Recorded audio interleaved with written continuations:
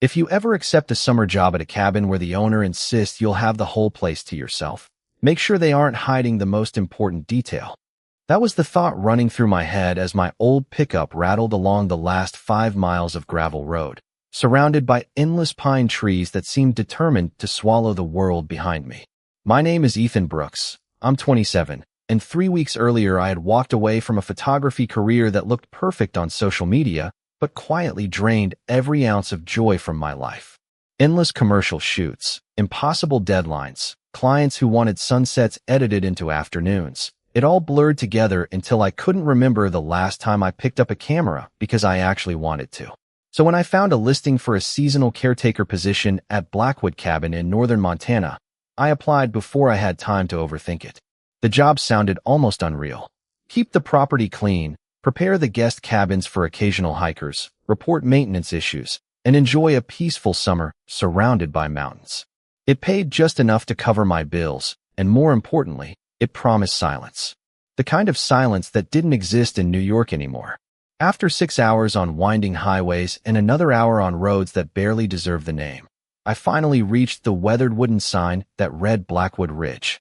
The cabin sat beside a crystal-clear lake that reflected the afternoon sky like polished glass. Wildflowers stretched across the meadow, and a pair of deer disappeared into the trees the moment my truck engine stopped. For the first time in months, my shoulders relaxed without me telling them to. My phone immediately lost signal. Oddly enough, that felt like a reward instead of a problem. I climbed onto the porch, unlocked the front door using the code the owner had texted me, and stepped inside. The cabin smelled like cedar, old books, and fresh coffee, even though nobody should have been there.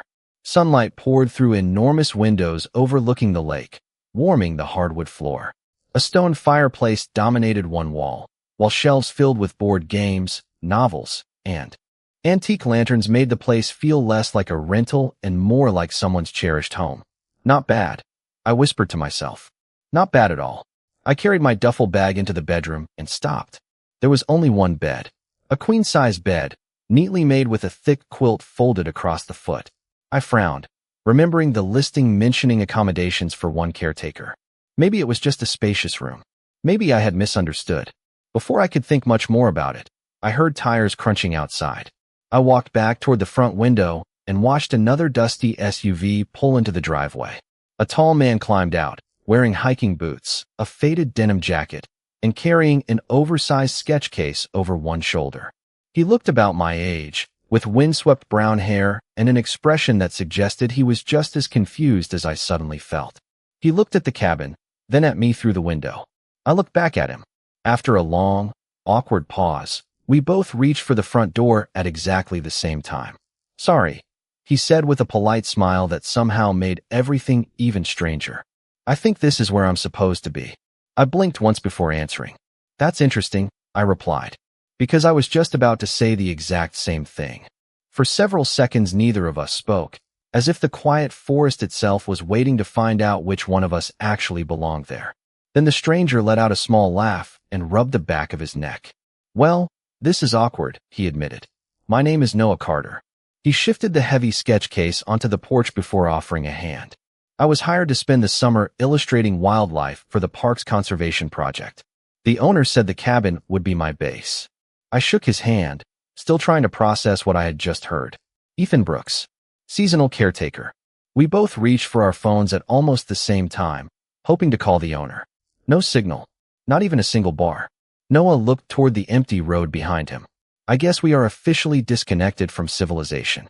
Before I could answer, the old landline mounted beside the kitchen suddenly rang, making both of us jump.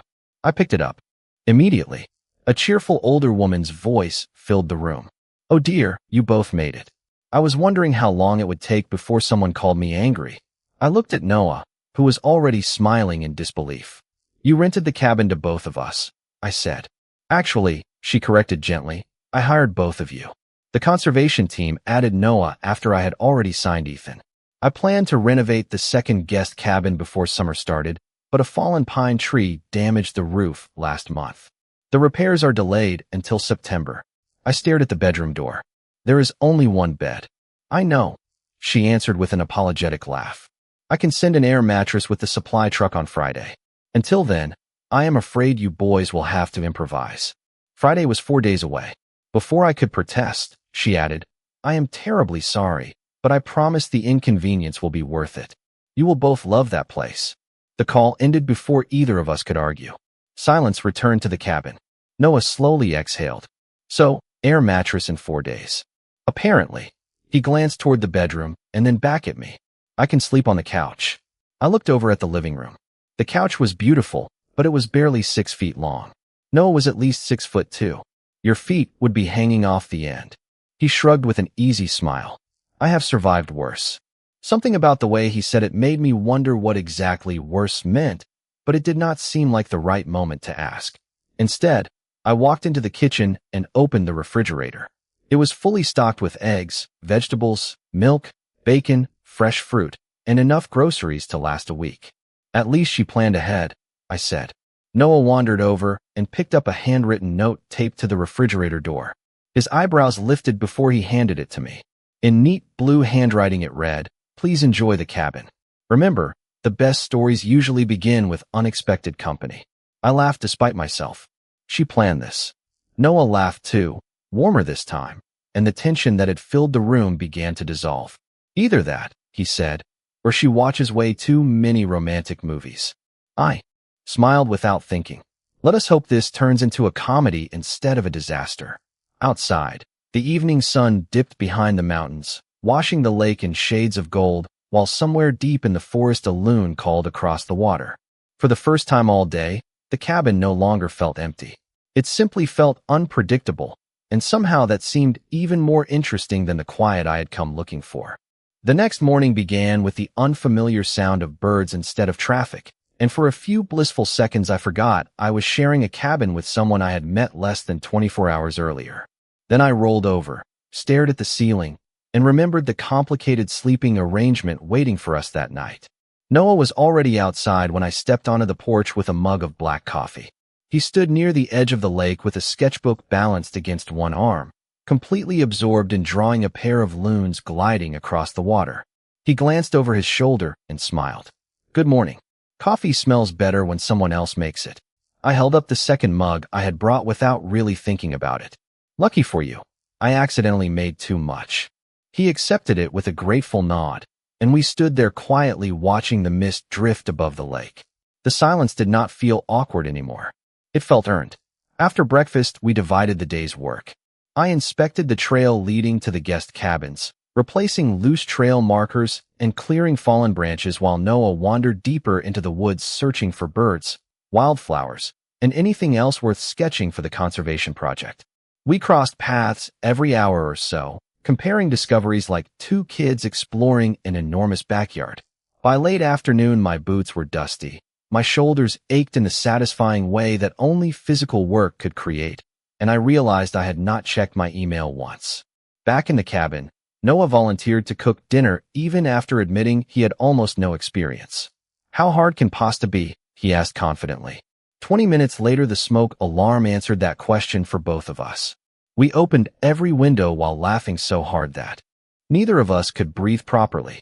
Dinner eventually became grilled cheese sandwiches and tomato soup instead, which somehow tasted far better than the ruined pasta ever could have. As the sky darkened outside, we found an old notebook tucked inside a kitchen drawer labeled Cabin Rules. Most of the pages contained practical reminders about locking doors and keeping food away from wildlife, but near the back someone had written a list in different handwriting. Rule number 1. Whoever wakes up first makes the coffee. Rule number 2. Never ignore a sunset. Rule number 3. If it rains, play board games instead of complaining. Rule number 4.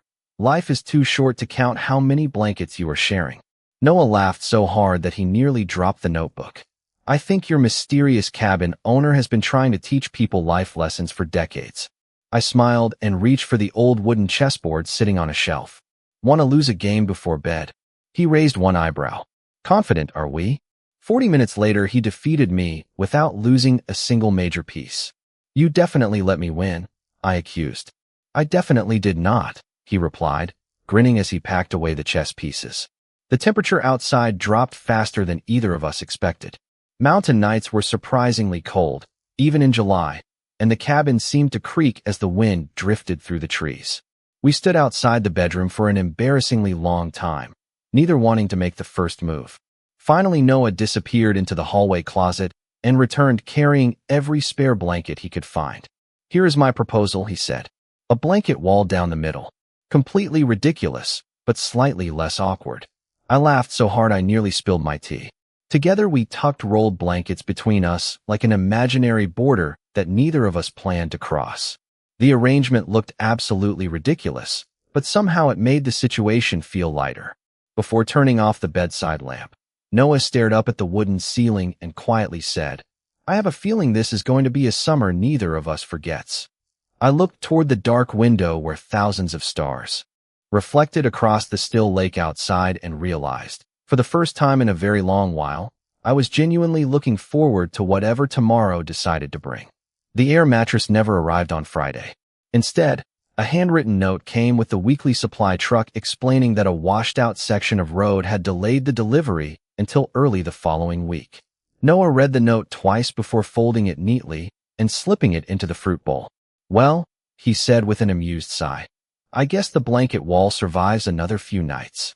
I laughed, surprised by how little the news bothered me now.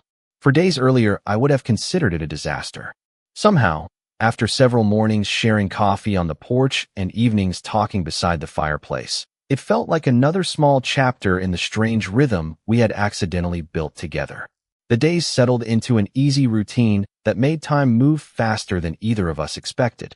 Every sunrise painted the lake with soft shades of pink and gold, and every morning Noah carried his sketchbook into the forest while I checked hiking trails, repaired loose fence posts, swept porches, and prepared empty guest cabins for visitors who rarely stayed more than a night. Around noon, we always met somewhere unexpected. Sometimes it was beside a rushing creek where I found him carefully drawing a family of river otters. Other times he would appear beside me on a mountain trail carrying fresh blueberries he had discovered growing along the path. We never planned those meetings, but they somehow happened every single day. One afternoon I caught him sitting quietly beneath a massive pine tree, completely focused on a tiny red squirrel balancing an acorn between its paws. He never noticed me raising my camera. The photograph captured something I had forgotten existed outside magazines and advertising campaigns. It was not perfect lighting or flawless composition that made it beautiful. It was the simple look of someone completely present in the moment. When I showed Noah the image later that evening, he stared at it for several seconds before smiling softly. "Nobody has ever taken a picture of me that actually looks like me," he admitted. His words lingered in my mind long after the conversation ended.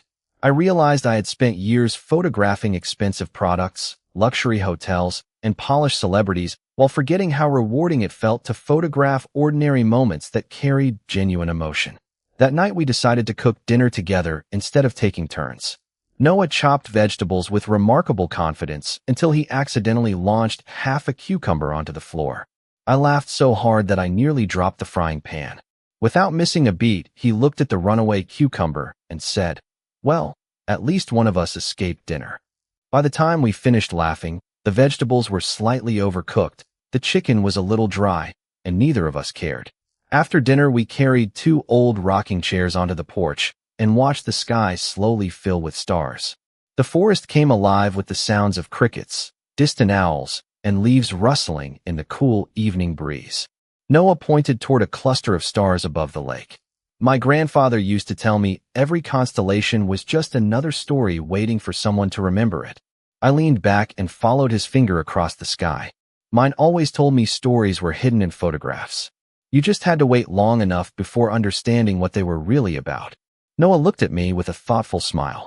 Maybe both of them were right. We sat there for a long time without speaking again, comfortable enough to let silence finish the conversation for us. Somewhere deep inside, I noticed something quietly changing. I had come to the mountains searching for distance from my old life, but instead I was slowly discovering something I had not even realized I had been missing. It was not solitude. It was the simple comfort of sharing ordinary days with someone who made them feel extraordinary without ever trying to. The weather changed without warning 3 days later. I woke to distant thunder rolling through the mountains, and by the time Noah and I finished breakfast, Dark clouds had swallowed the bright blue sky that had greeted us every morning since arriving. We spent the first half of the day trying to secure loose chairs, cover stacks of firewood, and double-check the smaller guest cabins before the storm reached the valley. By early afternoon, heavy rain drummed against every rooftop, turning narrow hiking paths into streams and surrounding the cabin with a curtain of silver. There would be no sketching or trail work that day. We were officially trapped indoors, and strangely enough, neither of us seemed disappointed. Noah brewed a fresh pot of coffee while I built a fire in the stone fireplace. The cabin felt smaller with the rain pressing against every window, but it also felt warmer than ever. We spent the next hour searching through dusty shelves until Noah discovered an old wooden box filled with puzzles and card games. We attempted a 1,000-piece puzzle featuring the very lake outside the window, only to realize half the blue sky pieces looked exactly the same. After 20 minutes of arguing over whether one tiny piece belonged near the clouds or the shoreline, Noah leaned back and laughed. If wildlife illustration ever stops paying the bills, I definitely should not become a puzzle expert. I shook my head. Good, because I was planning to fail with you. The laughter faded into comfortable silence as rain continued tapping softly against the windows. Without really thinking, I picked up my camera and scrolled through photographs from the past few years. Fashion campaigns, luxury apartments, expensive watches, perfectly staged smiles. Noah quietly watched over my shoulder before asking, "Did any of these actually make you happy?" It was such a simple question, but I could not answer immediately. Finally, I sighed. They made me successful. I kept telling myself success and happiness were the same thing. I looked at another polished advertisement before locking the screen. Turns out they are not even close. Noah nodded slowly, staring into the fireplace. I understand that better than you probably think. It was the first time his voice carried real weight instead of its usual easy humor. He folded his hands together and took a slow breath. I used to work for a publishing company in Seattle. Every drawing had deadlines. Every animal had to look exciting enough to sell books. Somewhere along the way, I stopped drawing because I loved nature and started drawing because I was afraid to disappoint everyone else. Rain pounded harder against the roof, filling the quiet that followed. "So you left?" I asked gently. He smiled, but there was sadness behind it. "Eventually. My boss called it throwing away my future. My parents thought I was making the biggest mistake of my life." He shrugged lightly. "Sometimes I still wonder if they were right." I looked around the cozy cabin, at the sketches scattered across the coffee table, at the peaceful expression on his face despite everything he had admitted, and I shook my head. "For what it is worth, I think this version of you looks a lot happier." Noah looked genuinely surprised by the comment. After a moment, he smiled in a way I had never seen before, quieter and more vulnerable than any grin we had shared over burnt dinners or terrible chess games. "Thank you," he said softly. "I think this version of you does too." Neither of us said anything after that. We simply watched the fire crackle while rain washed the mountains clean outside. Somewhere during that long afternoon, without making any promises or dramatic confessions, two strangers who had accidentally ended up sharing a cabin quietly stopped pretending they had everything figured out, and for the first time in years, that uncertainty no longer felt frightening. It felt like the beginning of something worth discovering. The mountains seemed brighter after the storm, as if the rain had polished every pine needle and every stone along the shoreline. Our routine returned almost effortlessly, but something subtle had shifted between us. We no longer asked who would make breakfast because whoever woke up first simply did it. Every morning, I found a fresh mug of coffee waiting if Noah happened to rise before sunrise, and on the mornings I beat him out of bed, I quietly toasted an extra slice of sourdough, because I had learned he always reached for a second piece, even though he never admitted it. None of it felt important on its own, yet together those tiny habits began to stitch our days into something that resembled a real home. One afternoon, we hiked to a lookout nearly 2 miles above the lake, where visitors rarely ventured. I carried my camera while Noah balanced his sketchbook against his backpack, stopping every few minutes whenever a bird landed nearby or an unusual wildflower caught his attention. At first, I found myself impatient with how often he paused, but eventually I realized those interruptions were the entire point.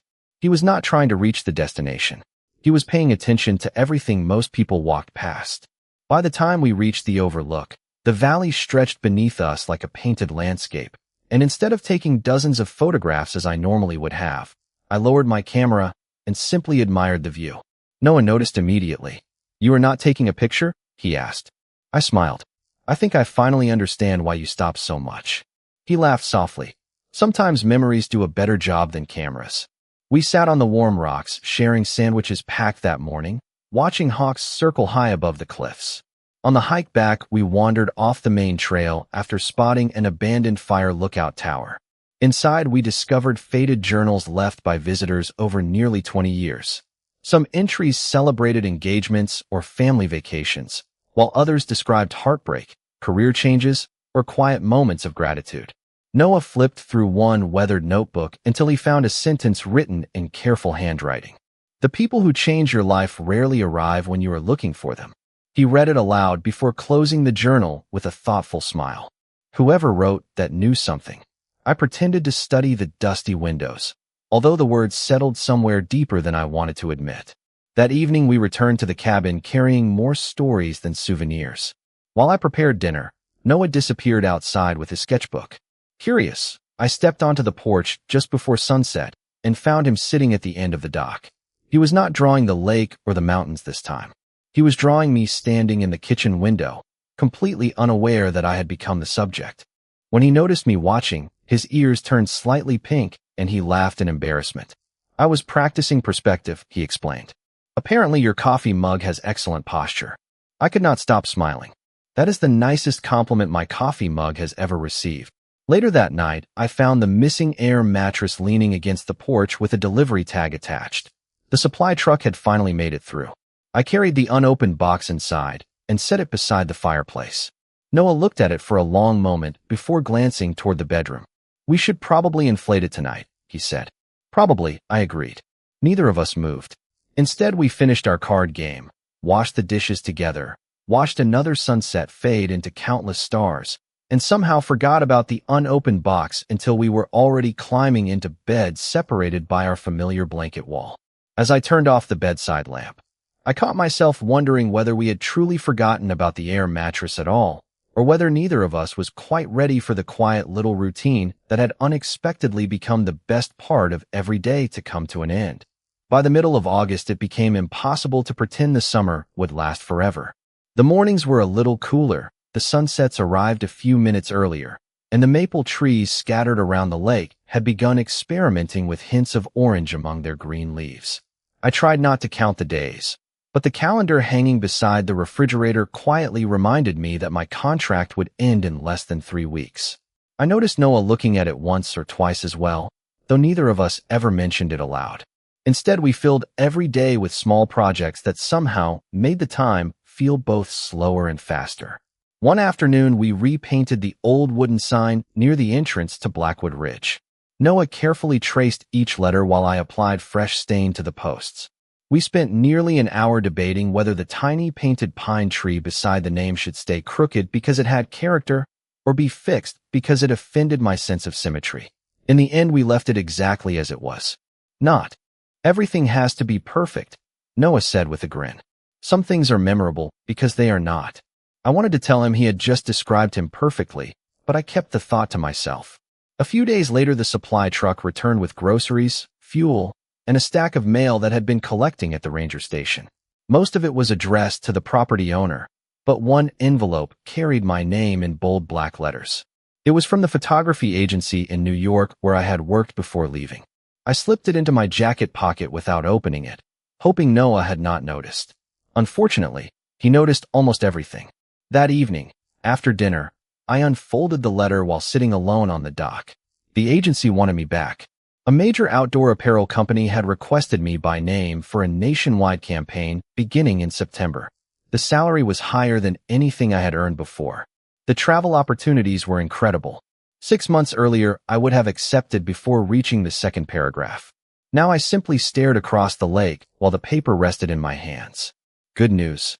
Noah's voice came gently from behind me. I looked over my shoulder and forced a smile. "Maybe." He sat beside me without asking to read the letter. "You do not sound very excited." I hesitated before handing it to him. He read it quietly, nodded once, and carefully folded it again. "Congratulations, Ethan. That is a huge opportunity." His smile was sincere, but it did not quite reach his eyes. You should be proud. I wanted to explain that I was confused rather than proud, that the idea of returning to my old life suddenly felt heavier than exciting, but the words refused to come together. Instead, I asked, "What would you do?" Noah looked out across the water for a long time before answering. I think some decisions only make sense when you stop asking what you are supposed to choose and start asking which version of yourself you want to become. It was one of those sentences that sounded simple until you carried it around for the rest of the day. The following morning, Noah left before sunrise to sketch elk in a distant meadow. He smiled as he headed down the trail, but there was an unfamiliar distance in his voice when he wished me a good morning. I watched him disappear among the trees with an uneasy feeling that neither of us fully understood. The letter remained folded inside my jacket pocket, heavier than paper had any right to be, and for the first time since arriving at the cabin, I realized that sometimes the hardest part of finding peace is knowing whether you have the courage to stay where your heart has quietly begun to belong. The last week arrived quietly, without any dramatic announcement, almost as if the mountains were trying to spare us from noticing that our borrowed little world was beginning to slip away. Noah and I still shared breakfast every morning, still hiked familiar trails, still laughed over small mistakes in the kitchen. Yet there was a carefulness between us that had not existed before the letter arrived. Conversations ended a little sooner. Long silences stretched a little farther. Neither of us wanted to ask the question hanging over every ordinary moment, because answering it would make the ending real. My final morning at Blackwood Ridge came wrapped in soft fog that floated across the lake like drifting clouds. We loaded my truck together in near silence. There was not much to pack. A camera bag, a duffel, a few books, and a summer's worth of memories that somehow felt heavier than everything else combined. Noah carried the last box onto the truck bed before brushing the dust from his hands. "Looks like you are ready," he said with a small smile. I looked at the cabin instead of answering. The porch where we had shared coffee. The dock where we had watched sunsets. The kitchen window where I had first caught him sketching without realizing I had become part of the picture. Nothing about the place had changed, yet it already felt different because I knew I was leaving it behind. "Thank you," I finally said. Noah tilted his head. "For what?" "For reminding me why I started taking photographs in the first place." He looked down for a moment before reaching into his backpack and handing me a flat package wrapped in brown paper. "Open it later," he said. "The drive is long." I wanted to give him something equally meaningful, but all I could offer was a quiet promise. "If you ever need someone to photograph your wildlife guide, you know who to call." He laughed softly. "Only if you promise not to make the squirrels look too serious." We hugged for the first time since meeting. It was brief, warm, and completely natural, the kind of embrace shared by two people who had changed each other's lives without ever planning to. As I drove away, I glanced into the rearview mirror until the cabin disappeared behind the trees. The silence inside the truck felt nothing like the peaceful solitude I had been searching for when I first arrived. It felt empty. Back in New York, the city welcomed me with blaring horns, crowded sidewalks, and a calendar that filled almost immediately with meetings, contracts, and location scouting. Everyone congratulated me for returning. Everyone told me I looked refreshed. They were right about the second part, but not for the reasons they imagined. During the outdoor apparel campaign, I found myself waiting for sunrise because it reminded me of mornings on the porch. Every time I poured coffee, I automatically reached for a second mug before realizing there was nobody across the table. One evening, after another successful shoot, I finally opened the package Noah had given me. Inside was the sketch he had secretly drawn weeks earlier. It showed me standing in the kitchen window holding a coffee mug while morning light spilled across the floor. At the bottom, he had written a single sentence in careful handwriting. "The best views are never the ones you plan for." I stared at those words for a very long time before picking up my phone. There was still no signal from the cabin, of course, but I found the number for the property owner instead. When she answered, I asked the only question that had truly mattered for days. "Is the caretaker position at Blackwood Ridge filled for next season?" There was a gentle laugh on the other end before she replied, "Not yet, but I have a feeling someone has been hoping you would ask." Spring arrived almost before I realized how much I had been counting the months. The city had kept me busy. Through winter with assignments that once would have felt like milestones, yet every successful project only confirmed what I already knew. I no longer measured a good day by how many contracts I signed or how many compliments my photographs received. I measured it by whether I felt present while taking them. The answer became clearer every time my thoughts wandered back to a quiet lake hidden among pine trees and to a man who always noticed details everyone else missed. By late May, I had made my decision. I packed my truck once again, this time without hesitation, and drove west until highways became winding mountain roads and familiar gravel crunched beneath my tires. When the weathered Blackwood Ridge sign finally appeared between the trees, I caught myself smiling long before I reached the cabin. Some places have a strange way of making you feel as though they have been waiting for you. The cabin looked almost exactly the same, except for 2 new rocking chairs on the porch and fresh flower boxes beneath the windows. I climbed out of the truck, suddenly more nervous than I had expected. Before I could knock, the front door opened. Noah stood there holding a paintbrush, a streak of blue paint across one cheek, and the same warm smile I had replayed in my memory more times than I cared to admit. For a second, neither of us spoke. Then he laughed softly. "You are late," he said. I blinked. "Late?" He nodded toward the mountains. "I started expecting you around March." I laughed, the nervousness disappearing as quickly as it had arrived. Traffic was terrible. He stepped aside and gestured toward the cabin. "Come home." The words settled gently in my chest. Home. Not New York. Not any apartment I had rented over the years. Somehow, without either of us realizing it, that little cabin had quietly earned the right to be called that. Inside, everything felt familiar. The old fireplace still dominated the living room. The chessboard still rested on the shelf. Even the handwritten cabin rules remained taped inside the kitchen cabinet. But one thing had changed. The bedroom now held 2 sturdy wooden bed frames instead of one. Noah noticed me looking and folded his arms with a playful grin. "The owner finally delivered another bed months ago." I smiled. "That seems practical." "Very practical," he agreed before pointing toward the first room at the end of the hallway. "That one is yours." I walked inside, set down my duffel bag, and looked around. The room was comfortable, bright, and completely ready. Then I noticed a small framed photograph on the nightstand. It was the picture I had taken of Noah beneath the pine tree on that quiet afternoon when he had been sketching the little red squirrel. I picked it up, surprised. "You kept this?" He leaned against the doorway. "It reminds me to pay attention to ordinary moments."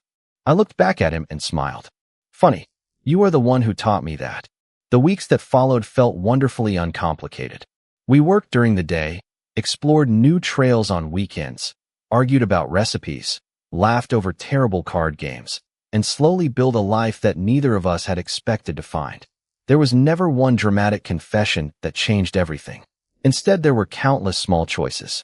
Waiting with an extra mug of coffee every morning.